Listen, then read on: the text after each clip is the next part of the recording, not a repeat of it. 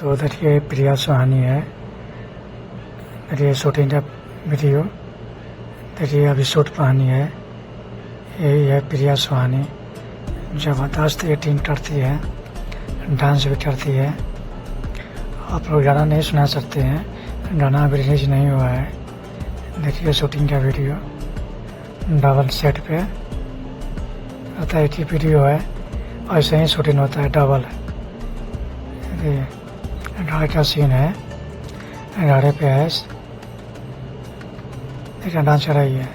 अपने ज़्यादा से ज़्यादा वीडियो शेयर करिएगा, लाइक जरूर करिएगा, चैनल सब्सक्राइबर नहीं किया जरूर करिएगा ऐसा ऐसा वीडियो देखने के लिए।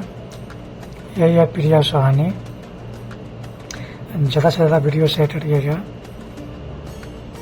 ये एल्बम का सॉन्ग है, आपसे माफ़ी चाहता हूँ, गाना नहीं सुना सकते हैं, अभी रिलीज नहीं हुआ है। देखिए ऐसे ही शूटिंग होता है घर पे, सब शादीशुदा वाला गाना है। ज़्यादा वीडियो शेयर करिएगा, लाइक करिएगा। आप लोग वीडियो देखने के लिए दिल से थैंक यू, धन्यवाद।